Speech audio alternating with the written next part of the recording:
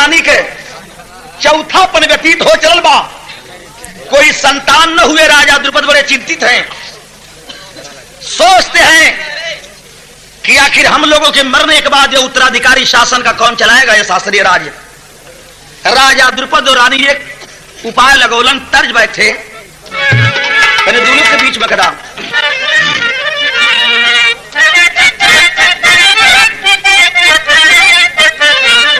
यह बात कि अरे चोट पत्थर को लगी सुन ले सनम। सनम का मतलब समझेला ना, बोला मत हो। सनम का मतलब समझेला ना के कह जाला। अब ये लिए हम इशारा न करब, खाली धीरे से कह देते का कि अरे चोट पत्थर को लगी सुन ले सनम, कि अरे प्यार की चादर पुरानी हो गई, प्यार की चादर पुरानी हो गई, प्यार की चादर पुरानी हो गई, प्यार की चादर पुरानी हो गई। चोट पत्थर को लगी सुन ले सनम, चोट पत्थर को लगी सुन ले सनम, प्यार की चादर पुरानी हो गई, प्यार की चादर पुरानी हो गई। कि अरे किसको जग में हम कहे कि अपना है, कि अरे बात ये कितनी पुरानी हो गई। ये जो ओढ़ के बढ़िया भैया बस ठीक है। आजाद द्रुपद एक थे विचार कैलन का कि अरे बिना संतान जग में भारी में हनवा होला,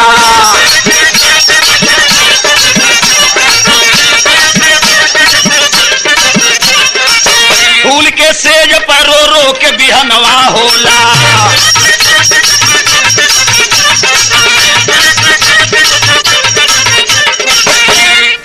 कैलन का राजा द्रुपद तनी समझ चला बात के कि करे तपस्या राजा रानी ठननवा ठाने,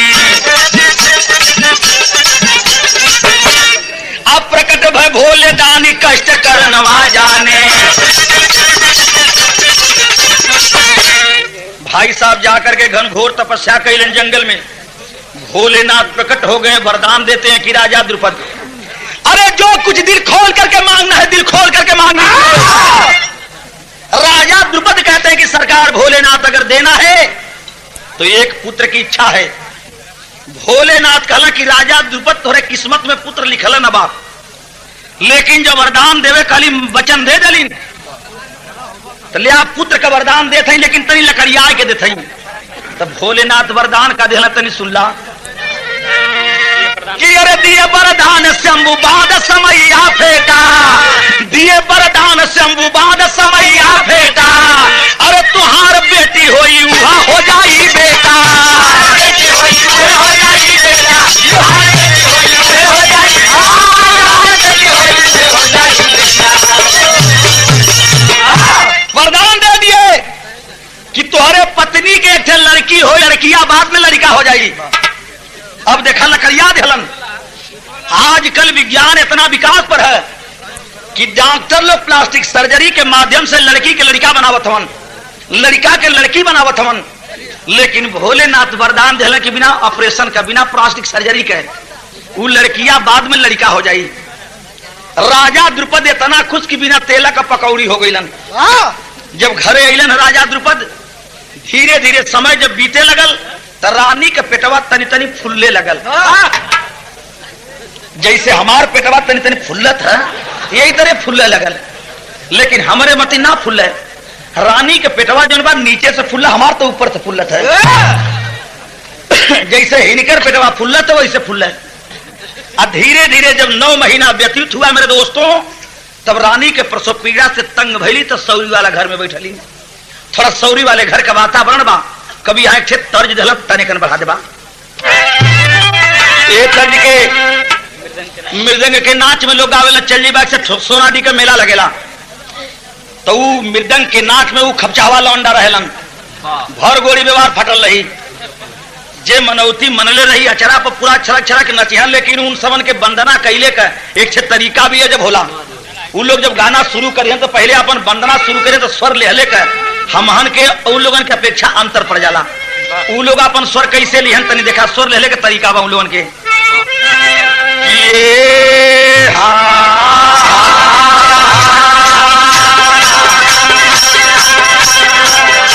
हे जगह जगह भगेश्वरी माई की बोले के कहे तनी गाना गाँव घोड़ना वंदना देर मत कर का कहन की अरे गोरिया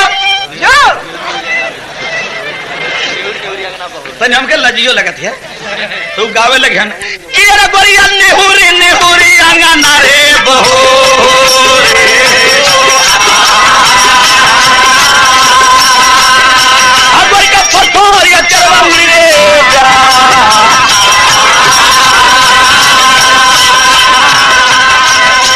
इस समा कैसेट रिकॉर्डिंग सेंटर सिधारी चौक आजमगढ़ से ये 15 रुपए पुरस्कार बा। मालिकी ने सुखी रखे जीवन के हरमोन पर तरक्की दे सफलता दे। तबले केहू कही कि यार तई छपरहिया मत लहा दे अब तबले अपन शुरू कर देन का कि अरे छपरा सहरिया में उन लोगन के गौले का तरीका अजीब होला। मुहवा गोलिया के अवजिया बदल के निकाले लन कि अरे छपरा सहरिया में अरे बिकल चरखवा देवर मोर जोगी रे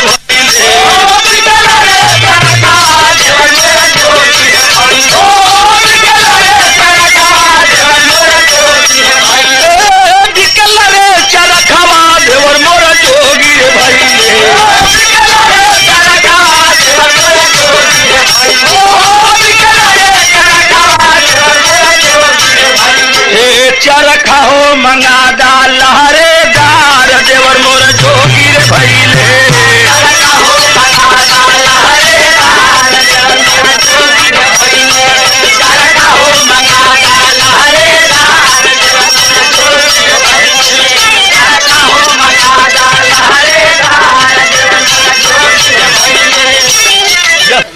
कि रानी जब सौरी वाला घर में बैठली तब का भल तनी सुनला कि अरे सावनी लहरिया में अरे उठल रे तोहरिया मनवा बाबुर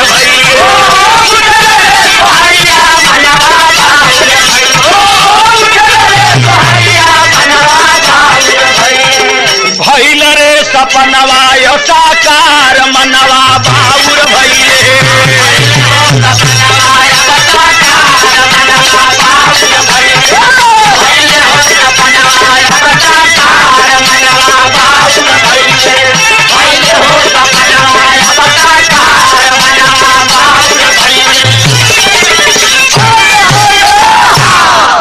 भाई साहब एक लड़की पैदा भइल। आज जब लड़की पैदा भइल बाबूजी राजा द्रुपद सोचे लगलन कि भोलेनाथ का वरदान बा कि लड़किया बाद में लड़का हो जाई त काहे ना हम लोगन कोई के बात न जाने जाल कि लड़की बा सबके यह बतावल जा कि लड़का बा। ए लिए चारों तरफ डग्गा पिटवा दिहल गल कि राजा और रानी के चौथा पन में एक थे लड़का पैदा भल बा। अब धीरे धीरे पूरा राज के लोग जान गेलन कि राजा के लड़का पैदा भल बा, लेकिन वास्तविकता इधर की रहलू लड़की। तो दोनों परानी वो लड़किया का नाम सौरी वाला घर में रखलन का तनी सुनला कि भैली एक लड़की सोरा भैला ला ला ना और वही का शिखंडी अब रखाई गईल नामा। वही लड़किया का नाम शिखंडी परल महाभारत वाले शिखंडी के बात हम करत हई। तो लड़का के रूप में जोन बा सोहर होवे लगल। धीरे धीरे जब सयान होवे लगल लड़की तो राजा द्रुपदों के लड़का का कपड़ा पहनावा लड़कन में खेले के भेजे। हर काम लड़कन का करना कोई ना जान पावला। तो धीरे धीरे शिखंडी जब जवान हो गई तो लड़की के रूप में ओकर अंग पंग हर विकास करे लगल। तो धीरे धीरे जब शिखंडी बढ़ल तो एक चीज साथ साथ और बढ़ल। कौन चीज कि अरे धीरे धीरे बीतल दिनवा उठे लागल सिनावा रे मनवा बाबुर भइलो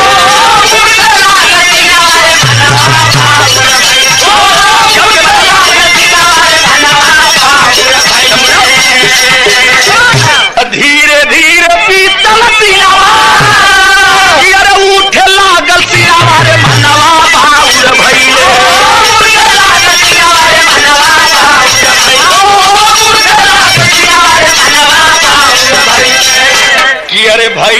सपनवा अब साकार मनवा बाउर भइले। लड़की के स्तन का उरोज जब बढ़े लगल है तो राजा द्रुपद के चिंता हो गई कि अब का करी, तो भेदवा खुलल चाहत बा। तो राजा द्रुपद शिखंडी के लिए झोलराहा कुर्ता सिया दिहलन। आज जब सिया दिहलन तो वो बतिया तो पा गई। जैसे मान ला हमार कुर्ता इनके पहना दिल जा तो इनके तनी मनी उठतो रही तो पा जाई वही में। इनकर कुर्ता अगर हमके पहना दे जा तो बिना उठता तो लौके लगी।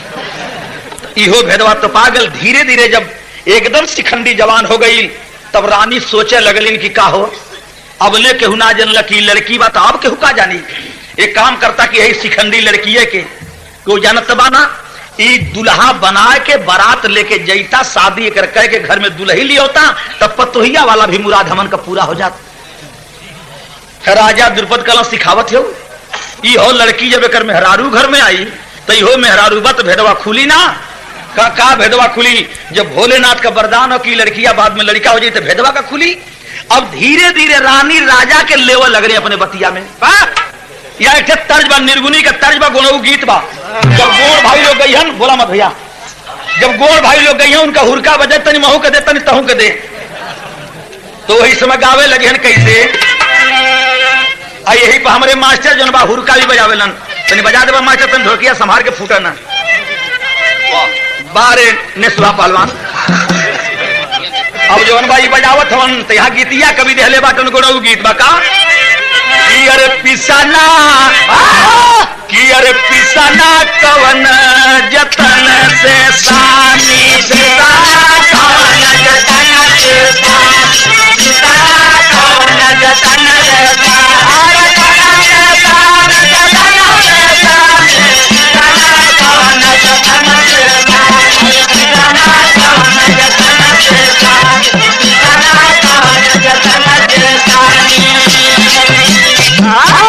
ना घर लोटर ना घर थाली ना घर लोटर ना घर थाली ना घर लोटर ना घर थाली अरे ना बघड़ी लवई में पानी पिसाना कवन जतन से सहानी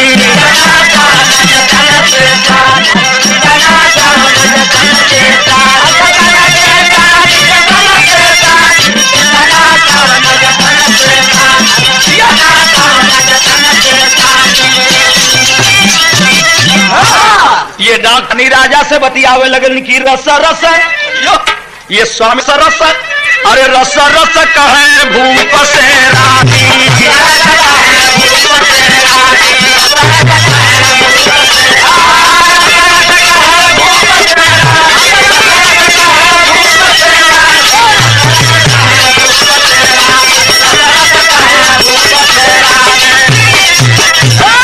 शिखंडी का शादी कई कर ले पतोहिया अरे वरदी शिव वरदानी रस रस कहे भूप से रानी। ए भैया धीरे धीरे राजा भी तैयारी कर दे बाटन कि चला जब अबले के ना जनला तो अब का जानी। एक दिन कैलन का कि शिखंडी के लड़का के वेश में धनुष बाण विद्या सीखा बदे गुरु द्रोणाचार्य के यहाँ भेजा लगलन। तो सुनला भयल का कि शिखंडी को धनुबाण कला, अरे शिखंडी को धनुबाण कला गुरु द्रोणाचार्य सिखलाए। अरे शिखंडी को धनुबाण कला गुरु द्रोणाचार्य सिखलाए। लड़की के वेश में, अरे लड़का के वेश में लड़की को गुरुवर भी नहीं परख पाए। दर्शान देश के भूप हिरण वर्मा जी तिलक चढ़ाए हैं। राजा द्रुपद समधि के घर सज सहनाई बजवाए हैं। दर्शान देश के राजा द्रोणाचार्य शिखंडी के धनुष बाण विद्या सिखा करके पारंगत किए, लेकिन द्रोणाचार्य को भैया बैठा ला, तू लोग आगे वाले बैठा ला। शिखंडी के गुरु द्रोणाचार्य जी बाण विद्या सिखा करके पारंगत किए, लेकिन द्रोणाचार्य के भी ना मालूम हो बोले कि जोन बा शिखंडी लड़की बा। हर दर्शान देश के राजा हिरण वर्मा अपने बिटिया के शादी के लिए घर भर के तलाश में निकलन। गईलन राजा द्रुपद के यहाँ। राजा द्रुपद का बिटिया जब शिखंडी रल बेटवा समझ के शादी तय कैलन। जह दिन बारात जाए के रहल वही दिन शिखंडी चौचक दुल्हा बनल, राजा द्रुपद समधि बनलन। बारात चल रहे बा हिरण वर्मा के घरे, बारात का भव्य स्वागत भयल। लेकिन दुल्हा दुल्हन जब मरवा में बैठलन तो गांव के औरत जुटलिन बियाह के टाइम दुल्हा देखे बदे। तो देखला वो समय गाड़ी भी होले बर्तिहन पर, तो दुल्हा दुल्हन एक लगे बैठल बाटन। औरतियन के शंका हो गई, नौनिया से कहली कुल करे नौनिया दुल्हावा तो बड़ा नीक बा, सुंदर बा, गोर बा, गलबा कर गुलगुला मती निकलल बा, लेकिन एक थे कमी दुल्हा में लगत बा, करे वो कर मोछिया काहे ना जामल है। तनी नौनिया चल जो तो दुल्हा की लग गे, तनी सड के पता लगाओ कि मोच काहे ना जामल, शंका हमन के लगत बा। तो यही पर लहा करके औरतिया बर्तिहन पर और दुल्हा पर कुछ गीत गावत बाटी। वही समय का गीत विवाह, जब बर्तिहा लोग खिचड़ी खाए बदे बैठ जालन, दुल्हा कोहा जालन, तो गांव के औरत जुट करके घर में गाड़ी गाव बदे बैठ जैसन। तो गाड़ी गावली गोल कई होले, पहली होले बुढ़ियन के, दूसरी होले जवनकिन के, और तीसरी होले बिटिहिनीन के, चौथी होले छिटहिनीन के। एक आठे बर्तिहवा भी इतना मजा किस्म के होलन कि ताक तुक के दुआरिया के सामने बैठबो करिए कि खइबो करब, घरवा में तकबो करब। तो पहले बुढ़िया अपन गाड़ी बर्तिहन पर लहा के शुरू करेली कैसे कि अरे मोरे लाल बतासा गट्टा के, कि अरे मोरे लाल बतासा गट्टा के, अरे घास कट्टा हमारे तो नौका सुना। तब बर्तिहवन का नौवा लेके शुरू कर दिहन कहा कि अरे फलाने राम का बहिना कहती है क्या, जौने बर्तिहन का नाम मालूम हो जाए, नाम सुना जाए। तो जौने बर्तिहा का नाम आ जाए, उनके बगल में उनकर साथी जौन बैठ के खाते के पट्टे, अरे यार तोर तो नौवा लेके कुल गरियावत ही तनी घरवा में ताक में घरवा तो वो लोगों ने हिंदी और इंग्लिश दोनों मिला के अपन गाड़ी शुरू कैले बटी बर्तिहन के कैसे कि अरे फलाने राम का बहिना कहती है क्या, ओ my dear come to here, open the lehenga shut दी डोर, समय लगेगा 24 मोटी झलके। वही में काटे बर्तिहवा जोन मनचला किस्म के होलन, जोन बेहया किस्म के होलन, पतित किस्म का, तो वही दुआरिया के यहाँ बैठियन। तो एक और पुड़िया तोड़ के मुहा में डाल लिहन, और तकिया के उना ताकत थोड़ी पुड़िया तोड़ के अब पक्ष ना फेंक दी। तो मेहरारून के देह पे चाहे कहीं लगा, कहीं उठपटंगो लगे, उसे मतलब ना उन लोग रही। तो वही में वो कह दिया कि oh my dear very beauty, oh my dear very beauty, तोहरे क्वार्टर में लागी हमारे ड्यूटी हो 3:30 बजे, 3:30 बजे मुन्नी जरूर मिलना हो, 3:30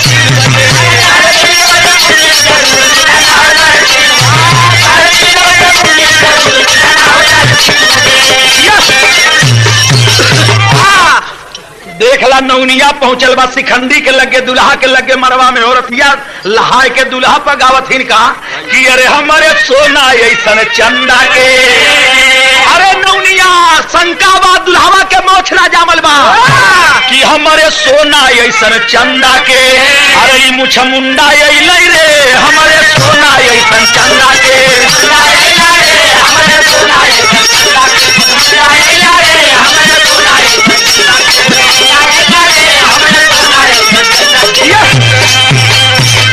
जाकर के दुल्हा के शरीर पर नौनिया हाथ फेर देले बा।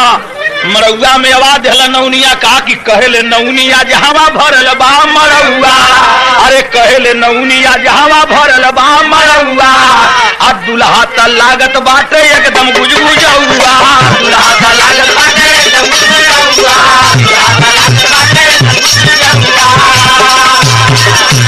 अरे ई लवंडा अइल रे, अरे ई मुछ मुंडा अइल रे, अरे छिले बंडा अइल रे, हमारे सोना ऐसन चंदा के। ए भैया शादी ब्याह संपन्न हो गल, कोई जान न पौल। अब धीरे धीरे जब सवेरे का विदाई होवे लगल दुल्हन के, तो देखला बाबूजी बहन बिटिया कोई कहो, जब लड़की के नैहर छूटे लगला तो नैहर का बड़ा दुखित वातावरण होता है। गांव से निकलती है बिटियन का डोली, लेकिन मालूम दे कि कोनो लाश निकलत हो। बाप मतारी कहीं रोवेलन, सखी सलेहर कहीं रोयन, भाई बंधु कहीं रोवेलन। मेरे दोस्तों, हर लड़की जिंदगी में 3 बार मरती है। एक बार अपने मौत से और एक बार बिटियन का डोली ससुराल जाती है तो मौत सा वातावरण हो जाता है। एक बार लड़की जन्मतन मर जालिन। फर्ज कहला, अगर कोई के बेटवा पैदा हो गल, ओकरे बाप के देखबा मोची पत्ता दे, घर में से खोखत निकले। जय राम जी के जय राम। अरे यार चला पा भर मिठाई मंगा दई, आने कहा 2-4-10 ठे पहुंचवा मंगा दई। पूछवा के रे कोनो खुशी है कि वही तरह मर्दवा तुम्हें खुशी के बात पूछत हवा जौन तोहार भौजी बा ओके बेटवा न पैदा भयल बा। तो मेरे दोस्तों, बेटवा की बेरी तो बड़ा खुशी होले, लेकिन अगर कहीं लड़की पैदा हो गई तो ही बाप के देखबा घर में से बाछी मत मुंह गिरवले निकलिहन, बुझाई की बरौना पड़ल है। पूछवा कि का यार काहे उदासल बा, का बात है? तो बड़ा कुहूर के बोले कि का बताई, लड़की न हो गई है। भाई साहब, जब लड़की शब्द निकलता है, एक बार लड़की वही मर जाती है। वैसे भी कुछ बाप लोगन के आप देख ले हो भाई समाज में कि बिटिया और बेटवन के खिलावत में भी अपने दिल के बात लोग उजागर कर देलन। जैसे फर्ज कहला, अगर गोदी में बेटवा ले ले हमन तो बड़ा ताव में कहिए ऐसा लोग कहलन। भाई साहब, आज विदाई बा दुल्हन के, वो लड़की चल देले बा शिखंडी के घर के तरफ, तो वहां का भाव कभी देलन तर्ज है बा जी, अब गुजारा कैसे हुई है विधाना, अरे मांग में नारी के नारी डलल से मुरावा, गुजारा कैसे हुई है।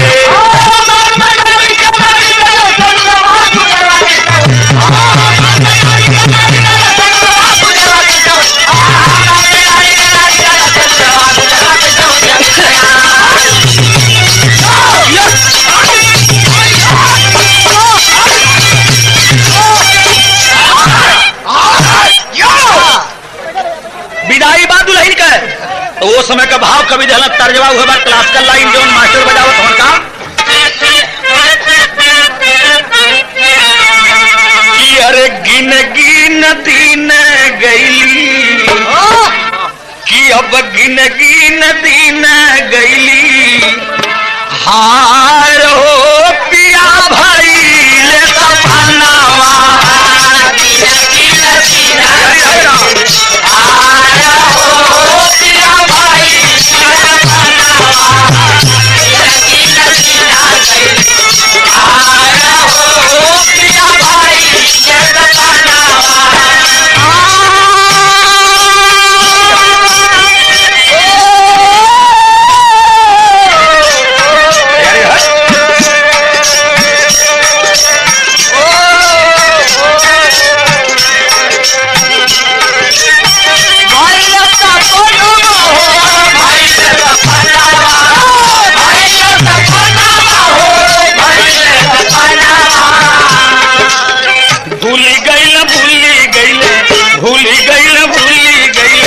भूल गई से नूरासी नार हो पिया भाई सपनावा,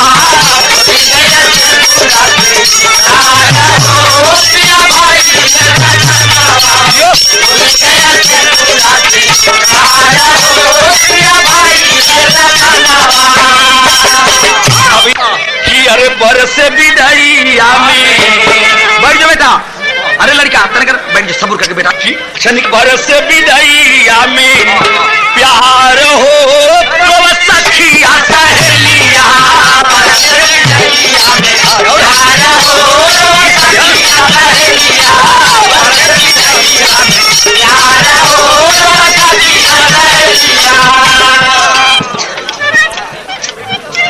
कि अब बरसे विदाइया में प्यार हो, रोवे सखिया सहेलिया,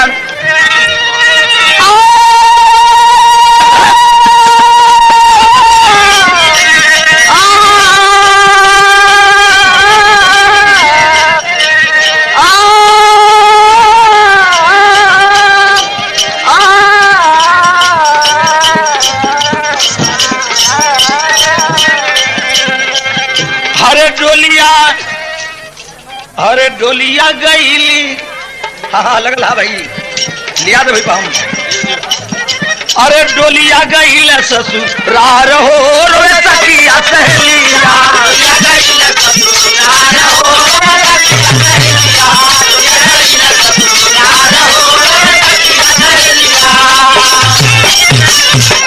मेरे दोस्तों जब डोली पहुंच गई बा दुल्हन के ससुराल में, राजा द्रुपद के खुशी का ठिकाना ना बा कि आज नई नई पतोई घर में आइल बा।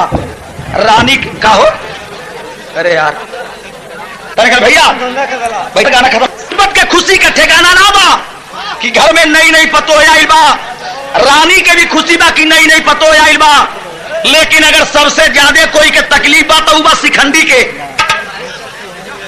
शिखंडी जस दिनमा डुबले के करीब आवे तब तक शिखंडी का जीवा अतरासल जाए कि जब रतिया हो जाए तो हमके दुल्हन के पास में जाए कोई सेज पर, तब तो भेदवा खुल जाए। लेकिन क्या करे बेचारा मजबूर बा। रात के जब 11 बजे शिखंडी डेराता डेरा सेज पर गयल बा। आज जब सेज पर गयल तो वही पटिए और मुंह करके सूती गल। दुल्हनिया थोड़ी बेरे जो हले बा घुमा के कहला कि यार होखा। जब यार घुमा के शिखंडी का मुंह कैले तो फिर शिखंडी घूम करके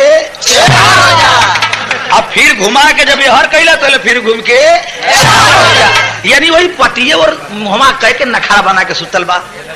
दुल्हनिया जागल है कि भाई लजात हमन हो न हो, जब लाज वो छूट जाता कहीं नहीं बोली हाँ बतियाई हाँ कुछ कुछ अपन सोचत बा दुल्हनिया बात।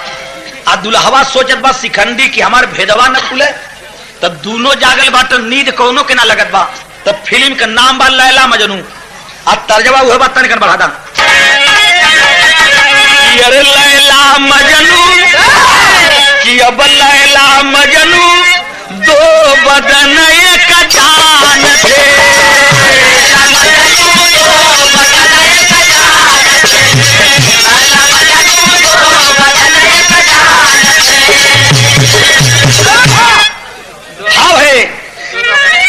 दोनों अपने प्यार में परेशान थे, लैला मजनू दो बदन एक जान थे। लैला मजनू दो बदन एक जान थे। दोनों अपने प्यार में परेशान थे, लैला मजनू दो बदन एक जान थे। लैला मजनू दो बदन एक जान थे। कि अरे रात में दोनों तो डावा डोल है, अरे दुल्हा दुल्हन थे पर एक ही रोल है। रात में दोनों तो डावा डोल है, रात में दोनों तो डावा डोल है, रात में दोनों तो डावा डोल है। भैया दुल्हनिया इंतजार करत कर जब परेशान हो गई तो खोदी खोदी दुल्हा के जगावे अवरतिया। तनी तनी है नीराजा फेरा करवटिया। खोदे लगल शिखंडी के, ऊ का जानत बा बेचारी। अरे ना जाने कि हर प्लेटफार्म पोलम पोल है। रात में दोनों तो डावा डोल है, रात में दोनों तो डावा डोल है, रात में दोनों तो डावा डोल है। भाई साहब बड़ी परेशानी में रतिया बीत गई। शिखंडी इज्जत पानी बचा ले क्यों जाने ना पौला। अब दूसरे दिन जब सेठ पगल बा तो वही दिन वो इज्जत पानी चुपके चुपके जगल बा तब बिता ले। हाय हाय हाय हाय अपन इज्जत पानी बचा ले। दूसरे दिन रात गल जाग के बिता ले। तीसरे दिन जब गल बा दुल्हनिया सोच गई कि अरे बप्पा रे बप्पा ए तरह कैसे काम चली। 2 दिन फाका गयल। सोचले बा दुल्हनिया की आज जौन बा हम सट के पता लगाई। तो 2 रात शिखंडी जागल रहल। 2 रात के जागल रहल। तीसरे दिन सूत गल। दुल्हनिया के मिल गई मौका। अब वो दुल्हनिया जौन बा टोवत टोवत टोवत टोवत टोई दिया। ए भैया जब टोई दिला तब भैर का सुनला कि ये करा तो शिखंडी के आई गहरी नीतिया।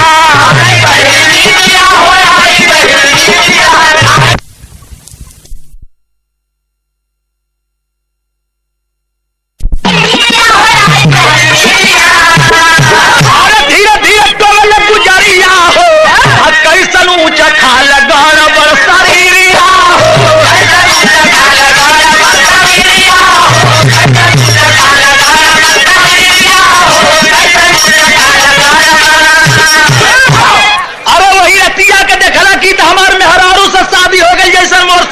गलन इनकर समनवा। दुल्हनिया वही रतिया का भाग करके नैहर गई। माई पूछली करे बिटिया काहे भाग गईली, तो रो रो करके वो लड़की बतावे लगल कि माई दुख मत पूछा, तू लोगन जैसे हमार शादी कैला ऊ कैसन बाटन कि कहली महतारिया से दिलावा का बतिया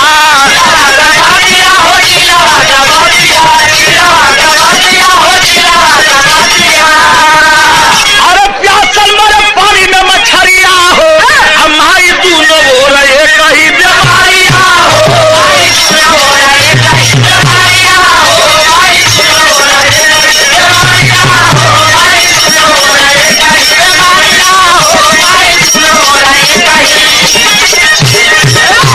एक पांच उसकार पत्तू को रे माई हमार शादी तू लोगन में हरारू से कर देले बाटा, अब तो माई के कटले खून ना बा, माई के कटले खून ना बा। धीरे धीरे बतिया राजा हिरण वर्मा से बतौली।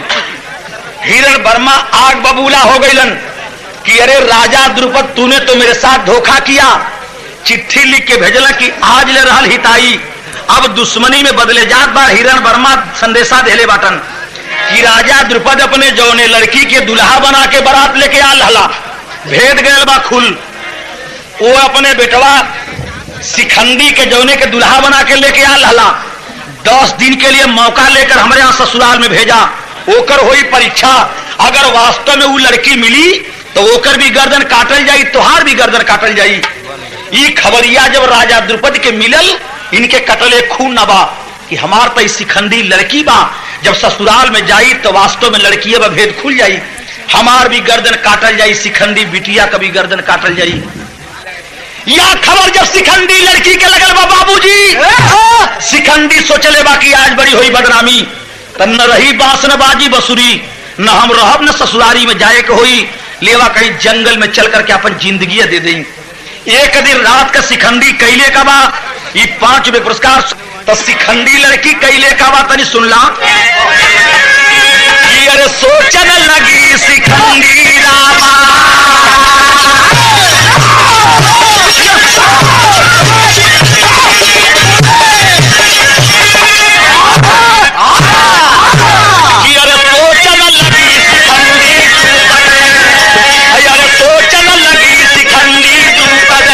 छोकारिया हो पगड़िया बाबा कैसे बचाई है।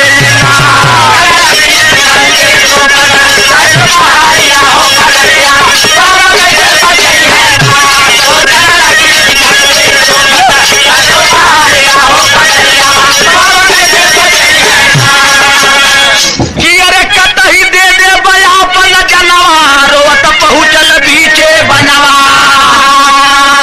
अरे जहाँ रहता था यक्ष बलवनवा, नाम स्थूला करण मर्दनवा, और सुन के रुदन दया से भर गई, नजरिया हो पगड़िया बाबा कैसे बचाई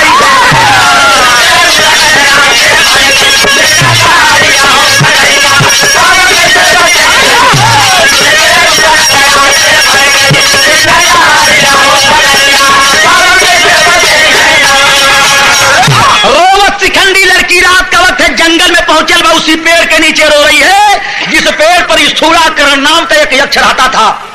रोवाई सुन के लड़किया के यक्ष नीचे उतरल बा, कहले रे बिटिया काहे अकेला रोवत ही जंगल में। शिखंडी कहला बाबू हम लड़की आम के बेटवा बना के बाबू बारात ले गल, भेद खुल गल बा, 10 दिन के लिए ससुराल जाना, बेइज्जती भी हुई, गर्दन भी काटल जाई। स्थूलाकरण मर्द था, वो यक्ष स्थूलाकरण कहता है कि बेटी अपन जिंदगी मत दे, जब 10 दिन तो के ससुरारी में रहे के तो तोर मदद हम कर दे।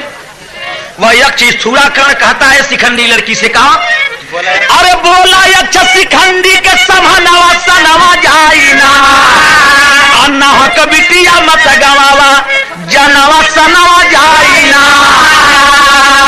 ले लो तू पुरुषत्व हमारा, यही हमारी इच्छा हो, और वापस फिर तू कर जाना जब हो जाए परीक्षा हो। अरे चल शिखंडी बन करके मर्दा नवा सनवा जाई ना, अदिहाला द्रुपद मोछिया पर ऐठा नवा सनवा जाई ना। 10 दिन के लिए इस स्थूलाकरण यक्ष का मर्दानगी शिखंडी ले रहे, मर्द बन के गए बा ससुरारी, मौज पानी लेत बा शिखंडी। अब 10 दिन बाद यक्ष जौन बा मेहरारू बन के वही जंगल में पड़ल बा। लेकिन शिखंडी से कहला कि 10 दिन के बाद आई है तो हमार मर्दानगी वापस कर दिए, नहीं तो हम एक तरह मेहरुआ रह जाओ। शिखंडी मर्द बन करके गल ससुरारी मौज लेत बा। इस थूड़ा करण यक्ष मेहरारू बन के जंगल में बैठल बा, छिपल बा। अब देख ला बड़ी अनमोल बात, अनहोनी बात मिलल का। होली अनहोनी भगवान कर जग में, अरे झूठा नहीं होई प्रभु कर दिहल वरदान। अरे शान से शिखंडी दुल्हा गई ससुरिया, अरे नारी बन के झंखई अच्छा जंगल का रमिया। अरे वही समय दौरा हो कुबेर राजा कैले, अरे यक्षण का राजा जेके जाने ला जहान। वही समय कुबेर राजा के दौरा जंगलवा में भैल, तो यक्षण के राजा कुबेर रहलन। तो जितना यक्ष वो जंगल में रहलन सब अइलन अपने स्वागत में राजा कुबेर जी के।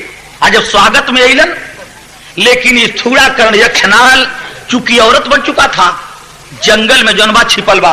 ध्यान लगौलन कि वो कहां रह गल। जब ध्यान लगौलन कुबेर जी इनके जानकारी हो गई कि अरे मेहरारू बन के छिपल बा जंगलवा में, अपन मर्दानगी 10 दिन खातिर देहले बस शिखंडी के। गुस्सा में कुबेर राजा श्राप दे दिए कि अरे इस थूड़ा करण यक्ष तूने तो गलती किया है रे। अपन मर्दानगी जब ओके देहले बाटे तो सुन ले कर फल तो के मिली। का श्राप देहला कुबेर जी कि अरे श्राप दे दिहल कुबेर जान भिरावा कि अरे शिखंडी का मरण जब ले होई ना सुजान। अरे तब ले इस थूड़ा करण नारी बन के रहबा। श्राप देने के लिए अब तोर मर्दानगी तबले वापस ना होई जबले शिखंडी मरी ना तबले। अब बेचारा मेहरारू बन के वही जंगल में झंखत बा। 10 दिन बितौले के बाद शिखंडी जब गए इस थूड़ा करण के पास, कल भैया हमार गाड़ी सरक गई, अब अपन तुम मर्दानगी ले ला। इस थूड़ा करण का लगी घोड़न मर्दानगी देता हवा, हमके तो श्राप लग गल। अब जो तक जिंदगी भर चानी काट, अब जब तब मरबे तब हम तुर मर्दानगी पाई। शिखंडी गल घरे मौज पानी लेत बा। यार बेचारा मेहरारू बन के थूड़ा कर जंगल में भटकत बा। अब थोड़ी के दिन बीतल तबले भलकत तने करल बहवा। ये भैया करो यार पांडव में छिड़ाली लड़ैया, करो यार पांडव में छिड़ाली लड़ैया। भैया महाभारत कुरुक्षेत्र का भैया महाभारत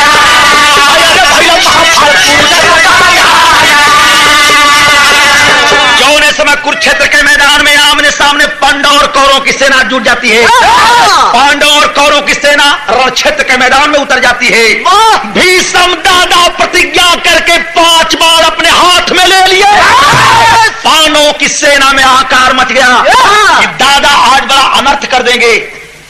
कृष्ण धर्मराज मिल करके उपाय लगोलन का कि अरे गईला शिखंडी भीष्म दादा के समानावा, अरे गईला शिखंडी भीष्म दादा के समानावा। अरे भीष्म दादा या पर रख दिए धनुमान, अरे हनी हनी बचावा चलावा।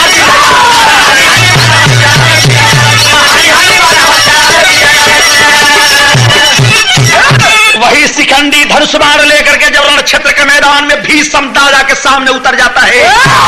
भीष्म दादा की नजर जब शिखंडी पर पड़ती है, सोच लिए करे बाप रे बाप मेहरारू से लड़ाई करी। धनुष बाण अपने रख दिए। अर्जुन के मौका मिल गया, बाण लगना सनसनावे।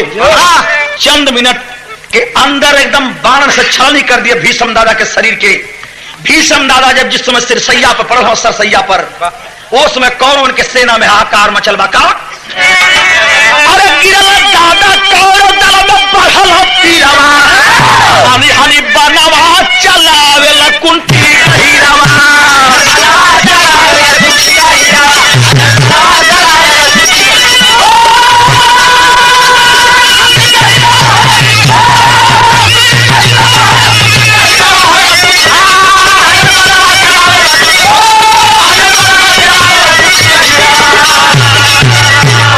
लड़ाई समरभूमि में शिखंडी गए मारी।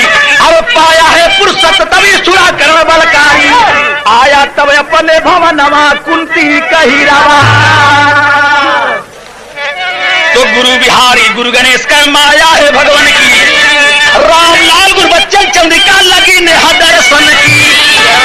अरे गुजरवा कई दिन गजल बा आ गजल वह बा या अरे राम की शाम सुहानी, अरे शाम सुहानी तेरी भी है मेरी भी है, शाम सुहानी तेरी भी है मेरी भी है, अरे शाम सुहानी तेरी भी है मेरी भी है, और मस्त जवानी तेरी भी है, मस्त जवानी तेरी भी है, मस्त जवानी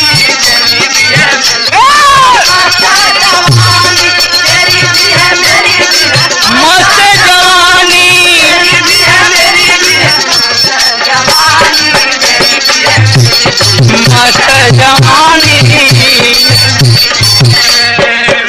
बहुत थोड़ा सा समय लगी, 15 मिनट से अधिक समय ना लगी ये गीत में।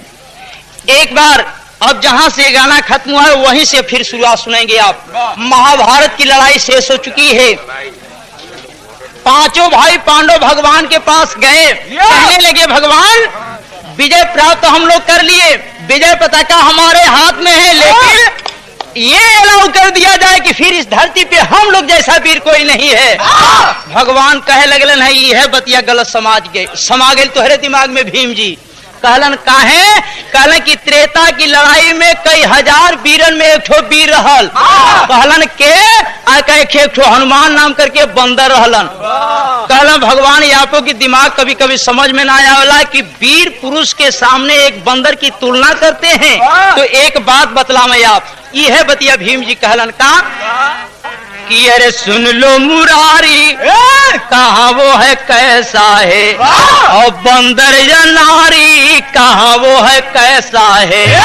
एक बात और भगवान सुने क्या कि आप कहते थे कि लंका में बड़े बाके थे, और जीत कर बंदर आया कहाँ वो लड़ाके थे, वहां से शेर बनकर आया छोटा बंदर ने, जिसे न मार पाया लंका के 10 कंधर ने। कहलन भगवान इतने बतिया हमारी समझ में ना आया था कि लंका में एक से एक वीर रहलन, लेकिन वो समय लंका के 10 कंधर कहाँ रहल जौने समय एक ठो शेर बंदर बन के चली आयल। तो एक ठो बात और सुनला कि अब लंका दिखाओ, लंका दिखाओ आज है मुरारी,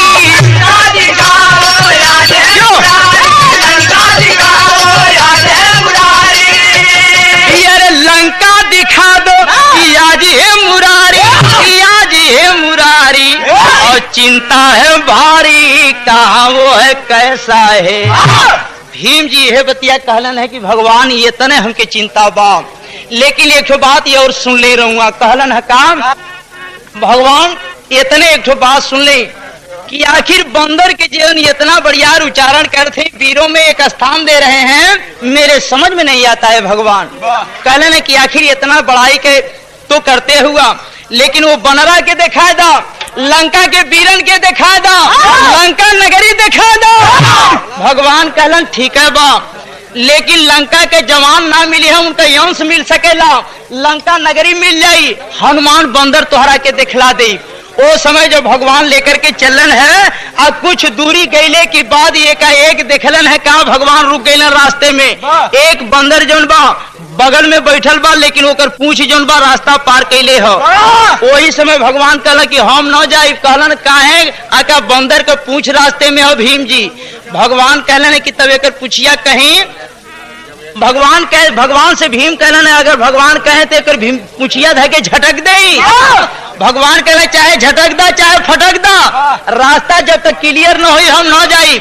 भीम गैलन है जाकर के कहे लगलन अरे बंदर ये पूछ क्यों नहीं हटाता। बड़ा देर के बाद हनुमान जी वो भीम से कहे लगलन बचवा कुछ हमके कहत हुआ। कहलन कि तू ही के कहत है, लेकिन यहाँ एक लाइन गीत बा जो ने गीत के मृदंग के लौंडा गोरखपुर में गावेला। गीत यह है बा कि सुना सुनाए सुना सुनाए गोरखनाथ जोगी, अरे सुना सुनाए गोरखनाथ जोगी, कहिया से भइल बैरागी, कहिया से भइल बैरागी।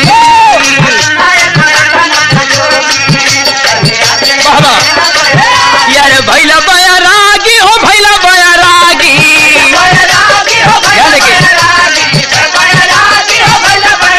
सुना सुना ए गोरखनाथ जोगी, कहिया से भइल बैरागी।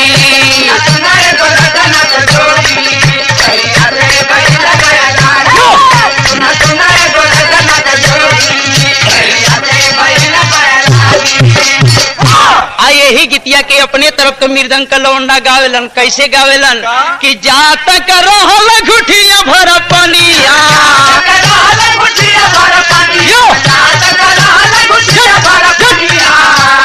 जा तक रहल घुटिया भर पनिया, अवतक अरे अवतक गंगा भैलिया गहवायो, गंगा भैलिया गहवायो, गंगा भैलिया गहवायो। कुल मिला जुला करके कितिया हुआ बा कि कहवा कटी कुली। ए भैया लेकिन वो समय भीम कहना कि बंदर पूंछ हटाता है या नहीं, कहलन कि का कहत हुआ समझ में ना आया तो कहलन कि पूछिया हटाएला। वो समय भीम से हनुमान जी कहलन है, का कहलन है कि कह कभी भीम से बचानिया आया रजिया मानो मोर बेटा मोरयली बुढ़ौती, यार बेटा मोरयली बुढ़ौती, आ जवनिया का बटना जोर बेटा मोरयली बटना जवनिया का जोर बेटा, अरे बटना जवनिया का जोर।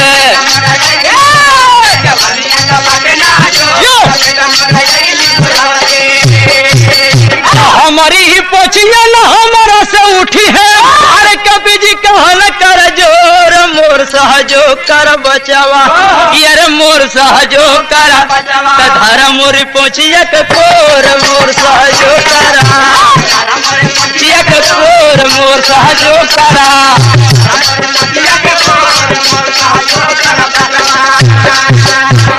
सकती संहार भीम वीरवा, अरे धाइल है पोछिया के कोर, चले ना जवानी वाला जोरावा, यार चले ना जवानी वाला आखिले नहीं पोछिया के छोर चलना, हिले नहीं पोछिया के छोर चलना।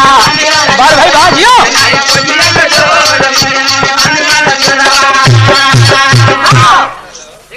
ई कहल जाला कि महाभारत में भीम के पास 9 हाथी का बल रहल, सारी शक्ति संभाल करके भीम जी हनुमान की पूंछ पे टूट जाते हैं, पूंछ पर कोनो असर नहीं खे। जब हनुमान जी जान गए कि बिल्कुल शक्तिहीन हो गए तो पूछिया थोड़ा सा ढील कैलन, आ इतना ढील कैलन है कि पूछिया के अंदर हथवा घुस गए। कैसो सोचना कि आखिरी में जोर काम कैले बा, पूछिया थोड़ा सा फिर ढील कर दिलन, सोच गए भीम की उठाइए ले। आ इतने में हनुमान जी पूछिया के इतना जोर के झटका दिलन, कलैया मार के कई कियारी आगे फेंका गईला। वो समय धर्मराज ललकारत हो, अरे बार भीम बा दूध पर के सगरो यही से सारी तोके खिया देने की मौका पर ले काम करबे। भीम कहला भैया चुपचाप रहा, तू 7 सेर भात खाला। कहला का बात है, कहला भगवान से कहा खुथियनवा में चल चल जाए, बानर है करे मुहे लगल ठीक ना हो। ए भैया भगवान एक तरफ मुस्किया रहा हुन, धर्मराज कहला भगवान चली ना कोरे चल चल जाए, कहला कि हम तो रास्ता छोड़ के जेबे न करब। ओ समय थोड़ा सा व्यंगात्मक भाव में हनुमान जी कहलन है भीम से, ओ समय कहलन है का कहलन गीत वही बा,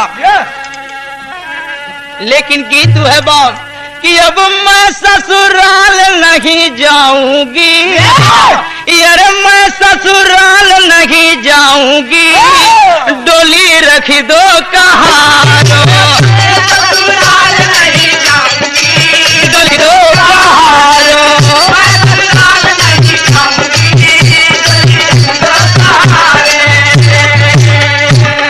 हनुमान जी है बतिया कहलन कि आ गई हमारी बुढ़ाई रे, यारे आ गई हम, यारे आ गई हमारी बुढ़ाई रे, अइला लड़ैया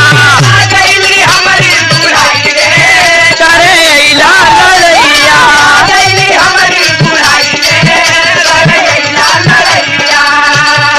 तो पांचों भाई बनरा के करेला बड़ैया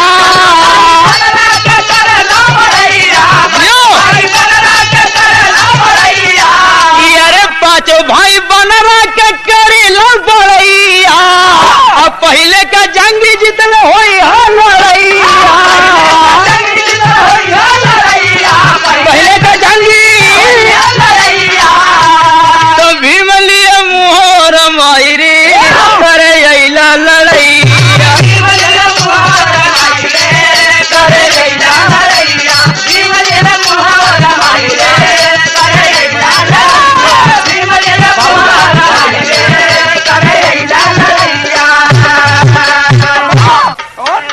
कि लोहा में जिनके लंका जल गया ओ लोहा में जिनके लंका बन के अमन निशानी बन रहा रैया जो हाँ लोहा में जिनके लंका जल गया हाँ बन के अमन निशानी बन रहा रैया जो हाँ बन के अमर निशानी बनरा रहिया जो हा लोहा में जिनके लंका जल गया। कवि की क्या खोज है? कवि का यहाँ कहना है कि हनुमान की पूंछ में हड्डी और मांस रहा होता तो लंका की नगरी अपनी पूंछ में आग लगा करके जला दिए। अगर हड्डी और मांस रहा होता तो उनकी पूंछ जरूर जली होती। इसलिए माना जाता है कि उनकी पूंछ में शायद लोहा था, इसलिए कहना पड़ा कि लोहा में जिनके लंका जल गया। भाव देखेंगे आगे। हनुमान जी कहना ना सुना तो हम लोग 5 जने हुआ ना, लेकिन हम याद ये लागू करे थे कि तुम्हारे ऐसा पांडव 500 आ जाए तब्बो 500 पांडव आ जाए तब्बो हनुमान के पूंछ हिले वाली ना हो। भीम जी कहना कि अरे भैया बार बार कहते कहन भगवान के बुलौता यही में चलल जात काय से शरारत करत हुआ। ओ समय के भाव हम एक ठो बहुत बढ़िया व्यंग कस दिहलन हनुमान जी। कहलन है का कि अरे माटी कैला सोना कै चेहरवा सेरवा गर जलबा, अरे माटी कैला सोना कै चेहरवा सेरवा गर जलबा, या मरल तोहरे जवानी में बजरवा सेरवा गर जलबा।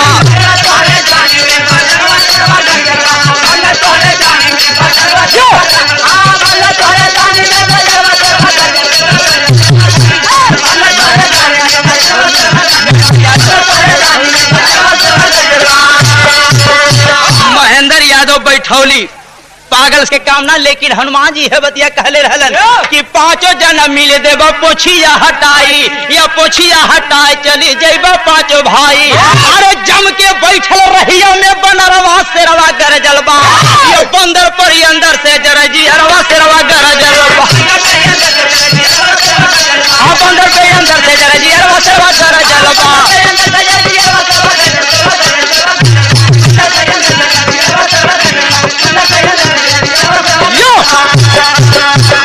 कहना सुन ला 5 जने नहीं 500 पांडव यहाँ करके हनुमान की पूंछ हिला दे, मेरी पूंछ ही अपने आप फट जाएगी।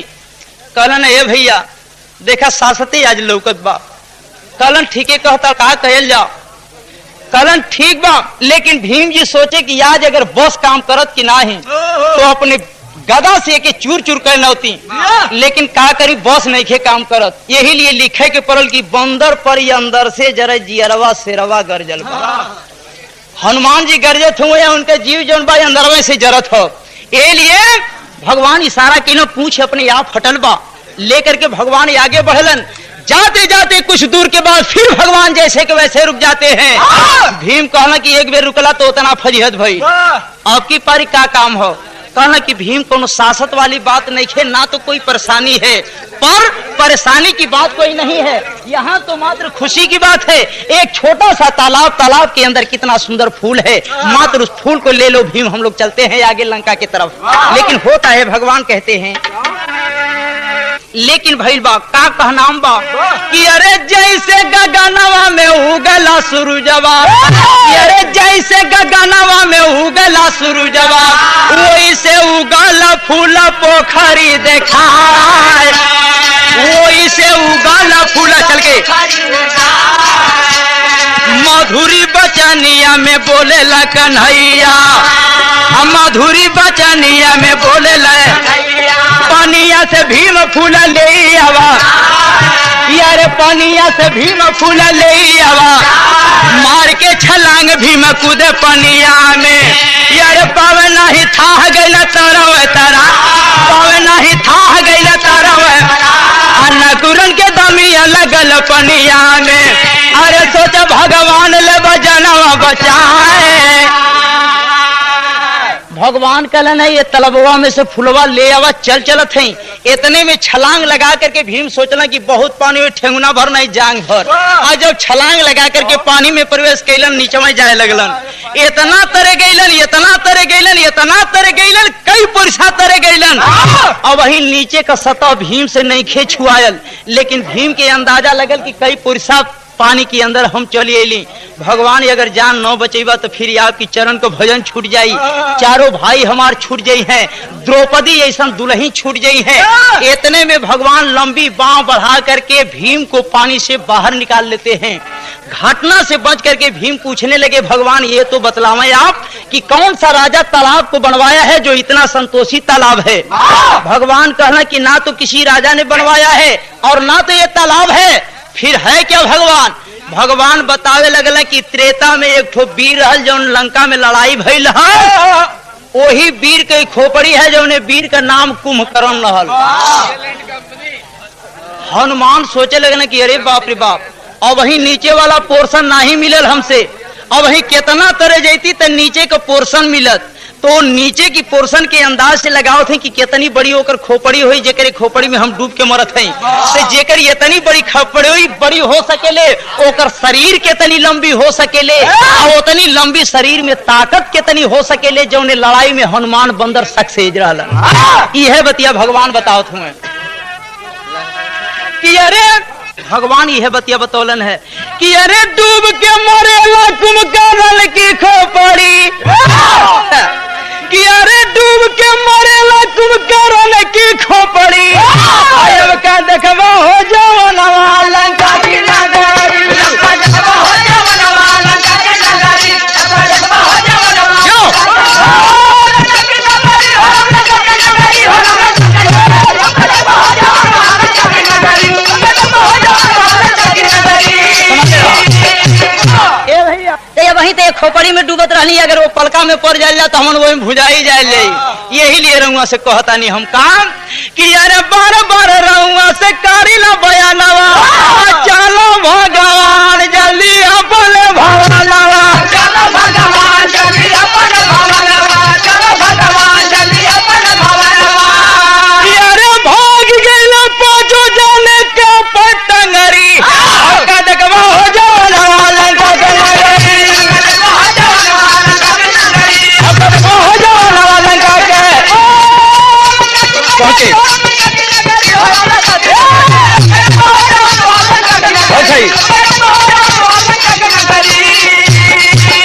तो गुरु भिक्षा सुत नरेश ने अब लिए कलम को थाम, पाप से मुक्ति लेना हो तो भजो हरि के नाम।